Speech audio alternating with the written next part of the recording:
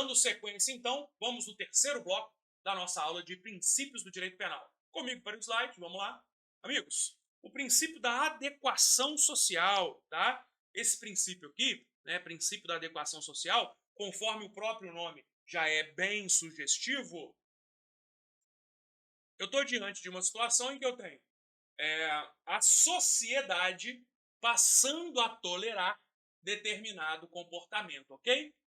Repare que é muito comum que a gente veja a sociedade tolerando condutas que são formalmente típicas, mas a sociedade deixa de se importar, tá? O exemplo que eu gosto de trazer sempre é o exemplo de furar a orelha, né? Colocar um piercing, fazer uma tatuagem. Ali são questões em que o corpo, a integridade física, é ofendida. E você tem a lesão corporal, tá? É artigo 129. Porém, é algo culturalmente aceito.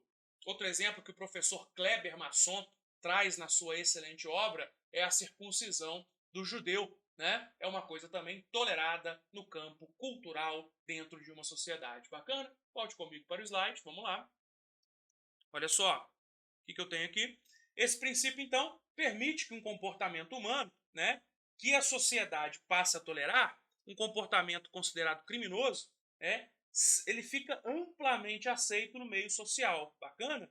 Assim como na insignificância, eu retiro a tipicidade o quê? Material. Beleza? E aí, pessoal, nunca é demais lembrar que quando eu tenho o princípio da adequação social, eu mantenho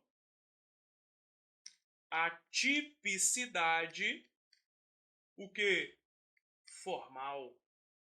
Eu mantenho a tipicidade formal. Bacana? Tranquilo? Os exemplos. Furar a orelha, né, para colocar brincos e realizar circuncisão em judeus. Bacana? Continue comigo no slide. Veja que a FGV já cobrou isso de você, né? Princípio da adequação social implica na exclusão da tipicidade material diante da prática de conduta criminosa, porém socialmente aceita. Pessoal, certíssimo, tá? Veja que eu excluo a tipicidade material, tá? E nunca é demais lembrar, porque é cobrado, né? Mantenho a tipicidade, excluo a tipicidade material e mantenho a tipicidade formal. Bacana? Outra alternativa, o princípio da adequação social possibilita afastar a ilicitude do fato e tolerar condutas socialmente aceitas, tal como a solicitação de pequenos presentes por servidor público. Cuidado, tá? Porque o que eu excluo com o princípio da adequação social não é a ilicitude. O que eu excluo é a tipicidade, o quê? Material. Bacana? Entendeu como a FGV quer de você? Continue comigo para a gente falar agora do seguinte, ó. Comigo um instante. Amigos, reiterando meu compromisso, tá?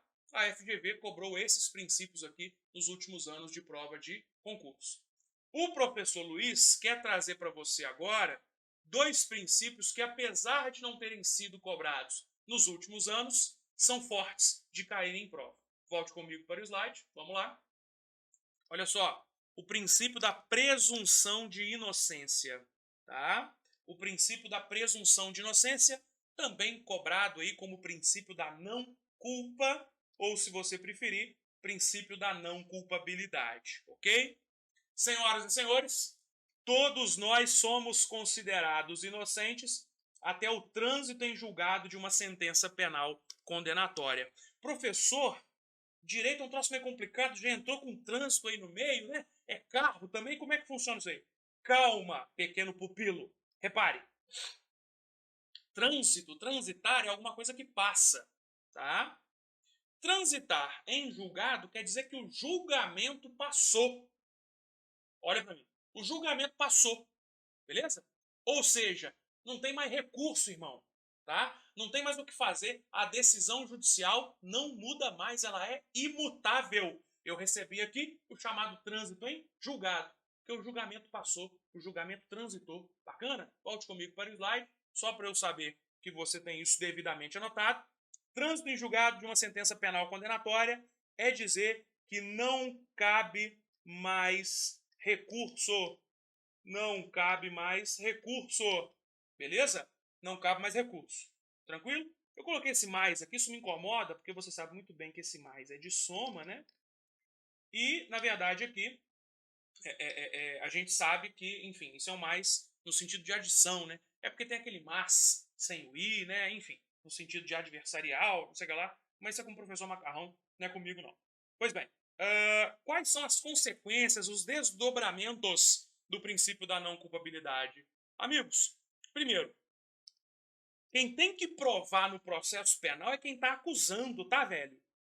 Quem está se defendendo não tem que provar a inocência, né? Então veja que cabe à acusação demonstrar a responsabilidade do réu. É o chamado ônus da prova, né? Ele recai sobre o titular da ação penal. Bacana? Tranquilo? O ônus da prova é de quem acusa, o ônus da prova não pode ser de quem defende. Combinado? E outra coisa, ó, repare o seguinte: se a pessoa vem para o processo com o status de inocente, eu preciso ter certeza para condená-la, concorda? Porque se o juiz está na dúvida e ela já entra no processo inocente, essa dúvida de inocência deve prevalecer. E cá entre nós, né? Não existe uma ruptura mais agressiva para um sistema de justiça do que condenar o inocente. É claro que absolver o culpado é sempre muito ruim, mas entre os dois erros, entre os dois balanços, lembrando sempre que a justiça é algo humano e, portanto, falho, é melhor que eu absolva um culpado do que eu condene o inocente. Esse é o raciocínio. Por essa razão, repare você que no processo penal e no direito penal, eu só tenho condenação com a certeza por parte do julgador. A dúvida deve absolver o réu. Bacana? Tranquilos? Pessoal, eu não vi isso aqui nas últimas provas da FGV. Pode cair? Pode cair, tá? Fica a dica aí para vocês. E outro princípio que merece ser mencionado é o princípio da individualização da pena. Bacana? Amigos, volte comigo um instante. Imagine que eu e você, dois criminosos, né? Dois miseráveis, dois vagabundos. Bacana? Ah, bacana demais. Né? Nós vamos praticar crime, beleza? Deixa eu te falar um negócio. Eu vou ficar, de repente, observando para ver se não está vindo ninguém, enquanto você vai pular o muro da casa, pegar as joias, né? Trancar o pessoal no quarto lá para ninguém acordar, nem chamar a polícia, nem nada. E eu só vou ficar olhando, só vou ficar olhando. Nós dois estamos praticando o crime de furto. Percebe? Pouquíssimo provável que a sua pena seja igual à minha. Sabe por quê? Você praticou condutas, eu pratiquei outra conduta. Você pode ser reincidente, eu posso ser primário, né? A culpabilidade, os antecedentes, a personalidade, tudo isso interfere na aplicação da pena. E veja, é direito público subjetivo, é dizer, é direito e garantia fundamental de cada um de nós que nós possamos, veja aqui agora, tá? Receber uma pena na medida da nossa culpabilidade, tá? Levando em consideração tudo que diz respeito à personalidade da pessoa, como os antecedentes, né? A conduta social, tá? Agora, meus amigos, não se iludam. Não é somente o poder judiciário que aplica a individualização da pena quando vai calcular o tempo que a pessoa vai ficar presa na cadeia, ok? O legislativo também participa, da individualização da pena, não é verdade? Ou ele não coloca lá, por exemplo, no homicídio, 6 a 20 anos. No furto, 1 a 4. No estelionato, 1 a 5. No tráfico de drogas, 5 a 15. Veja, o legislativo, na hora de produzir a lei, ele também faz uma individualização, selecionando aí os quantums mínimo e máximo.